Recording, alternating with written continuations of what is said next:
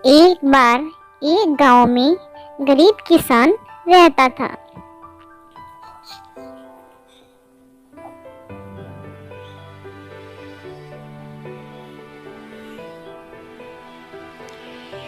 उसकी सारी जमीन पिछले 2-3 सालों से सूखे की मार झेल रही थी।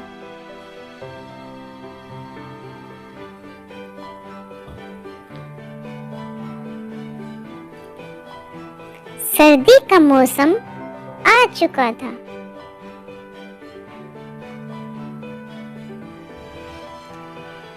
एक दिन वह पेड़ के नीचे आराम कर रहा था और शाम भी हो चुकी थी। तभी उसकी नजर पास बने बिल पर गई। वहां सांप फन फैलाए बैठा था। किसान ने सोचा, ये सांप तो यहीं रहता होगा, लेकिन मैंने इसकी पूजा कभी नहीं की। शायद इसी वजह से मेरी जमीन सूख चुकी है। मैं हर रोज इसकी पूजा करूंगा।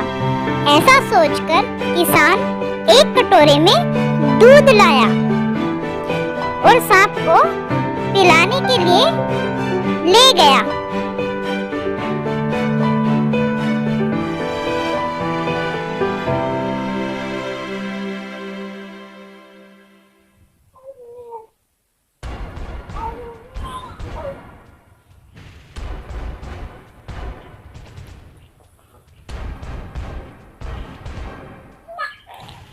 और कहने लगा, हे नागराज, मुझे पता नहीं था कि आप यहाँ रहते हैं। मैंने आपकी पूजा कभी नहीं की। मुझे माफ करें। अब से मैं आपकी पूजा रोज किया करूँगा। सुबह देखा तो वहाँ कुछ चमक रहा था। किसान ने पास जाकर देखा तो वहाँ ढेर सारे सोने के सिक्के थे।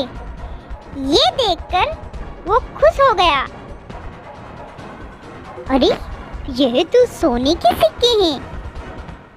और वह झूम उठा।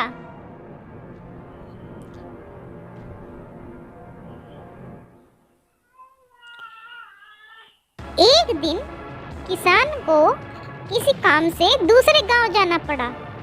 उसने अपने बेटे को रोज सांप को दूध पिलाने को कहा और उसे बताया कि उसे सांप को कैसे दूध पिलाना है। ठीक है पिताजी, मैं समझ गया। कोई गलती मत करना, ठीक है? ठीक है पिताजी।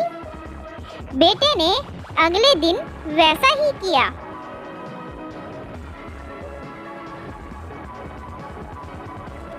वह सांप को दूध पिलाने के लिए एक कटोरे में दूध लेकर गया।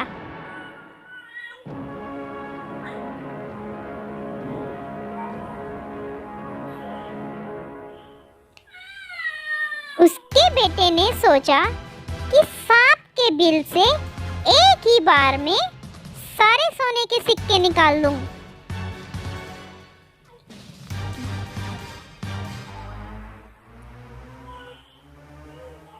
अगले दिन जब उसने इतना सोना देखा तो उसके मन में लालच आ गया।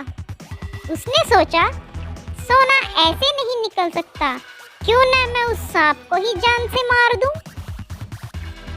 वह खड़ा खड़ा बहुत देर तक सोचता रहा। अगले दिन वह एक मोटा डंडा लेकर सांप को मारने के लिए पहुंच गया। वह उस पर वार करने के लिए उसके सामने बढ़ने लगा। उसने जैसे ही सांप पर वार किया, उसने विकराल रूप धारण कर लिया और उसको डस लिया।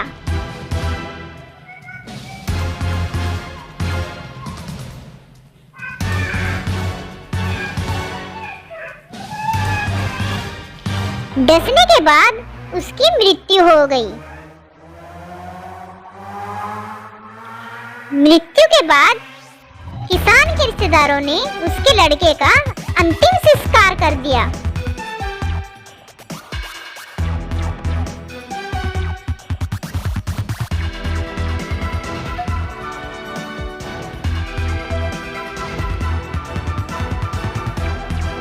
जब किसान गांव वापस लौटा